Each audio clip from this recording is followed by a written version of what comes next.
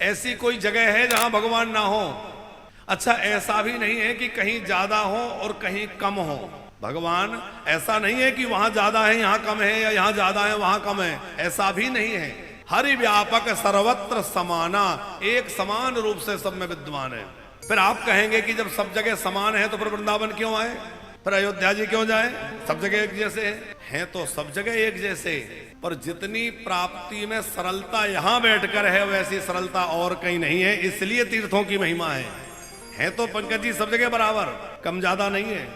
लेकिन कुछ स्थान ऐसे हैं जहां प्राप्ति शीघ्र हो जाती है, और जगह खूब साधन करोगे तो भगवान मिलेंगे, वृंदावन में आके पड़ जाओगे तो भगवान मिल जाएंगे, पड़े रहोगे तो भी मिल जाएंगे। आप कहेंगे महाराज जी पड़े पड़े कैसे मिल जाएंगे?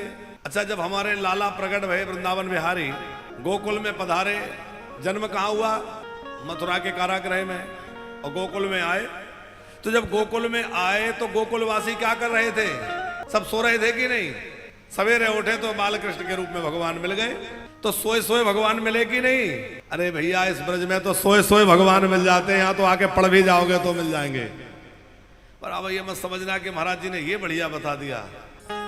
देखो, यहां पढ़े भी हो, राधा जी का चिंतन करते रहो, श्याम सुंदर के नाम का स्मरण करते रहो, राधा जी के नाम और कृपा का स्मरण करते रहो।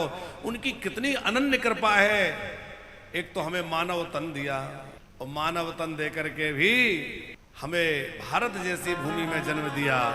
भारत भूमि में जन्म देने के बाद भी हमें किसी वैष्णव परिवार में जन्म दिया, किसी भक्त परिवार में जन्म दिया, और उसके बावजूद अब हमें वृंदावन में बिठा रखा है। ये भगवान की अनन्य कृपा हम सब पर है। उस कृपा का खूब अनुभव करना चाहिए कि भगवान ने हमारे ऊपर कितनी कृपा बरसा रखी है। भक्त का लक्षण क्या है? आपको ये अपने आप का निरीक्षण करना चाहिए कि मैं भक्त हूं कि नहीं हूं। यदि हमें भगवान की निरंतर कृपा का अनुभव हो रहा है पंकज जी, तो हम भक्त की श्रेणी में प्रवेश कर गए, और हमें भगवान की कृपा में कमी नजर आ रही है। अरे भगवान ने ये नहीं दिया, भगवान ने ऐसा क्यों किया, भगवान ने वो नहीं दिया, ऐसा लग रहा है तो समझ लो अभी कृपा, अभी भक्ति की उस श्रृंखला में हमारा प्रवेश हुआ नहीं है। क्योंकि भक्त के हृदय में कृतज्ञता भरी होती है, प्रभु आपने बहुत अनुग्रह किया है। हरि तुम बहुते अनुग्रह,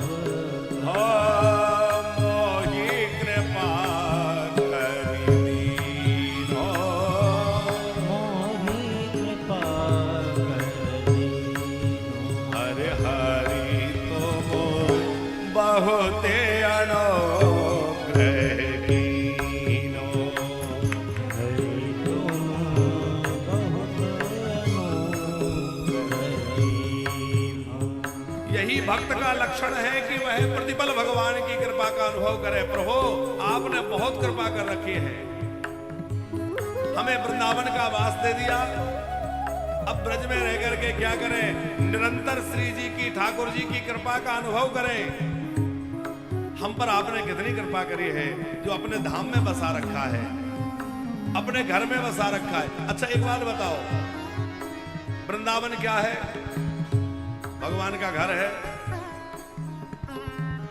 आप जो है अपने घर में किसको रखेंगे?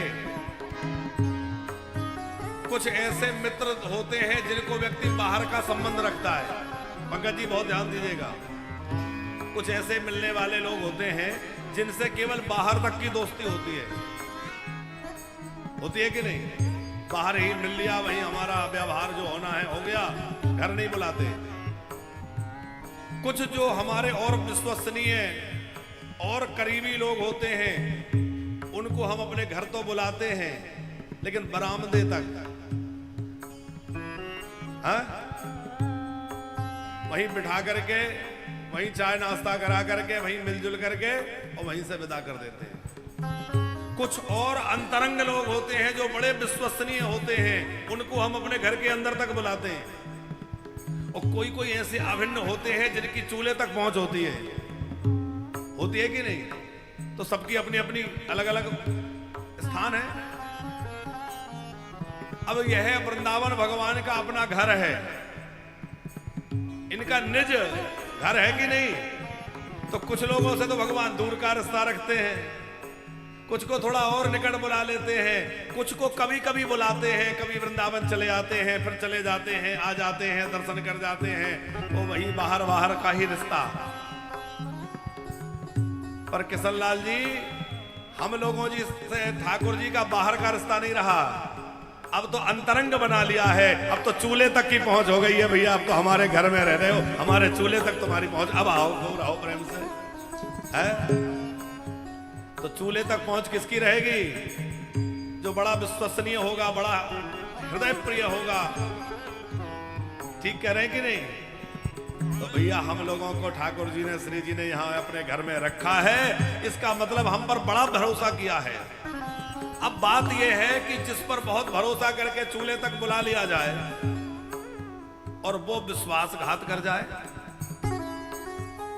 वो भरोसे लायक ना हो, तो विश्वास करने वाले को कितनी पीड़ा होगी कि देखो हमने तो इतना भरोसा किया, हमने तो अपने घर में रखा, हमने तो कभी भेद ही नहीं रखा और इन्होंने हमारे साथ धोखा किया किसी भी तरह का। तो भैया भगवान ने हमें अपना अंतरंग मान करके अपने घर में रख लिया है। अब हमारी जिम्मेवारी यह है कि हम उनके उस प्रेम का पूरा निर्वाह करें और पूरी ईमानदारी के साथ ब्रजवास करें। धोखा क्या है? धोखा यह है कि रह तो रहे हैं किसी के घर में और गीत किसी के गा रहे हैं, रह तो रहे हैं ठाकुर जी के घर में और संसार की बातें कर रहे हैं, संसार के विषयों में मन फंसा है, बार बार संसार की ओर मन भाग रहा है। तो ठाकुर जी कहेंगे रह तो यहां रहे हो और चिंतन वहां का कर रहे हो, निवास यहां है और मन वहां है। हमसे तो वो अच्छे हैं जिनका शरीर बाहर है, मन वृंदावन में डोलता रहता है। तो हम वृंदावन में रहकर भी मन बाहर डोलता रहे, हम वृंदावन में बैठे रहे, तो भगवान कहेंगे करे इनको मैंने बसाया तो सही, पर फिर भी इनके मन में वैसी विकलता नहीं जागी। अरे फिर जहां भैया रहो उसी के गीत गाओ।